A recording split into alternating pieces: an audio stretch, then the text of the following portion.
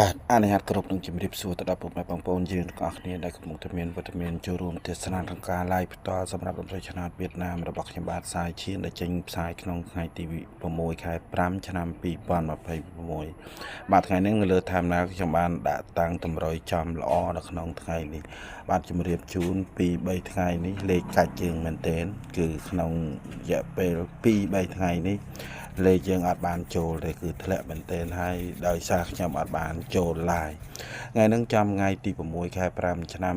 2006ធម្មតានៅលើ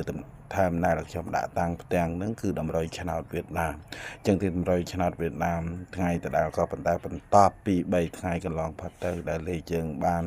កាច់យើងដល់ក៏កាច់ឡើងឆ្វេហើយខ្ញុំចង់បោកក្បាលលេខ2-3ថ្ងៃហ្នឹងអញ្ចឹងថ្ងៃហ្នឹងខ្ញុំចូល live ខ្ញុំមកពង្រឹងបងប្អូនយើងសមាជិកទាំងចាស់ទាំងថ្មីហើយនៅលើតម្រុយដែលខ្ញុំដាក់តាំងតម្រុយវៀតណាមរាល់ថ្ងៃគឺថ្ងៃនេះចាំថ្ងៃទី6 ខែ 5 ឆ្នាំ 2026ខ្ញុំដាក់តម្រុយចំល្អនៅក្នុងថ្ងៃនេះចឹងទេលេខខ្ញុំបានកាត់ចេញពីតម្រុយមកក្របរួចហើយនៅក្នុងថ្ងៃនេះគឺដាច់ខាតជាងត្រូវចូលចាំម៉ោង4ឲ្យបាន2-3ថ្ងៃនេះគឺបងប្អូនឃើញឆាតមកខ្ញុំច្រើនតាក់ទងគ្រូម៉ោង4យើងបាត់2-3ថ្ងៃហើយអត់ដែលឃើញមកចាំថ្ងៃទី6 ខែ 5 ឆ្នាំ 2026ហ្នឹងខ្ញុំវិលមកបម្រើជូនពុកម៉ែបងប្អូនយើង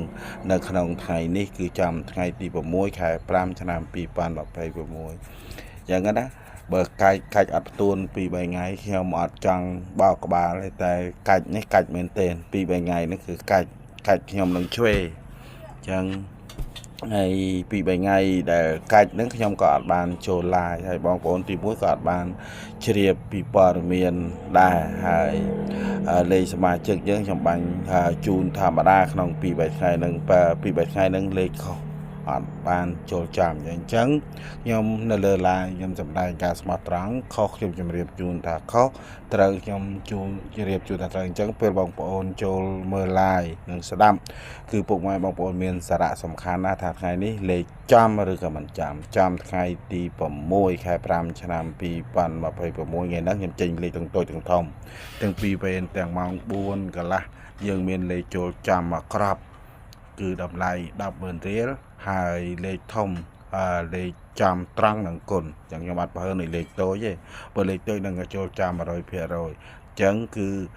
ប៉ុសគឺតែពីប៉ុសទេ BD លេខតូចតម្លៃ 10,000 រៀលខ្ញុំអត់យកមុនហើយលេខធំតម្លៃ 20,000 រៀលគឺយើងកក់ត្រឹមតែ 20,000 រៀលមុនតែប៉ុណ្ណោះចឹងសម្រាប់លេខធំយើង